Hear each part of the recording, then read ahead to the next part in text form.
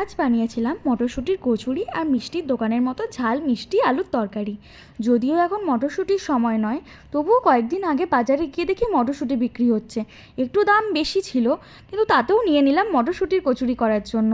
তো মটরশুঁটিগুলো ভালো করে ছাড়িয়ে মিক্সিতে নুন, জিরে গুঁড়ো, ধনে গুঁড়ো, অল্প হলুদ, লঙ্কা গুঁড়ো, কিছু আদা কুচি, কিছু লঙ্কা কুচি এবং সামান্য একটু চিনি দিয়ে বেটে তা কড়াইতে অল্প তেল নিয়ে ভালো করে ঝুড়ো ঝুড়ো করে ভেজে নিতে হবে।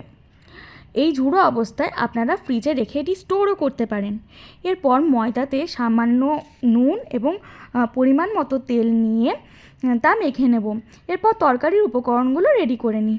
প্রথমে জিরে, ধনে ও শুকনো লঙ্কা শুকনো খোলায় ভেজে মিক্সিতে বেটে নেব।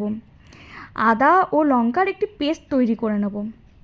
দুটো পেস্ট আমাদের রেডি। এরপর কড়াইতে তেল নিয়ে তাতে শুকনো লঙ্কা, পাঁচ ফোড়ন দিয়ে আদা ও লঙ্কা বাটা দিয়ে নাড়তে থাকবো। এরপর কিছুক্ষণ বাদে কাটা আলুগুলো দিয়ে দেবো। এরপর আরেকটু নেড়ে চেড়ে এরপর তার মধ্যে হলুদ, নুন, লঙ্কা গুঁড়ো, ধনে গুঁড়ো, জিরে গুঁড়ো দিয়ে দেব। এরপর আরও একটু নেড়ে কিছুক্ষণ পরে অল্প জল দিয়ে ঢাকা দিয়ে দেবো। ঢাকা খুলে যদি দেখি যে আলুগুলো সেদ্ধ হয়ে গেছে তো ঠিক আছে, নইলে আবার একটু সেদ্ধ করতে দেব। এরপর কিছুক্ষণ বাদে দেখলাম সেদ্ধ হয়েই গেছে। এরপর যে ভাজা মশলা তৈরি করে রেখেছিলাম সেটা দিয়ে দিলাম এবং আরেকটুখানি নাড়িয়ে নিলাম। এরপর আমাদের তরকারি রেডি। এরপর লুচি ভাজার পালা।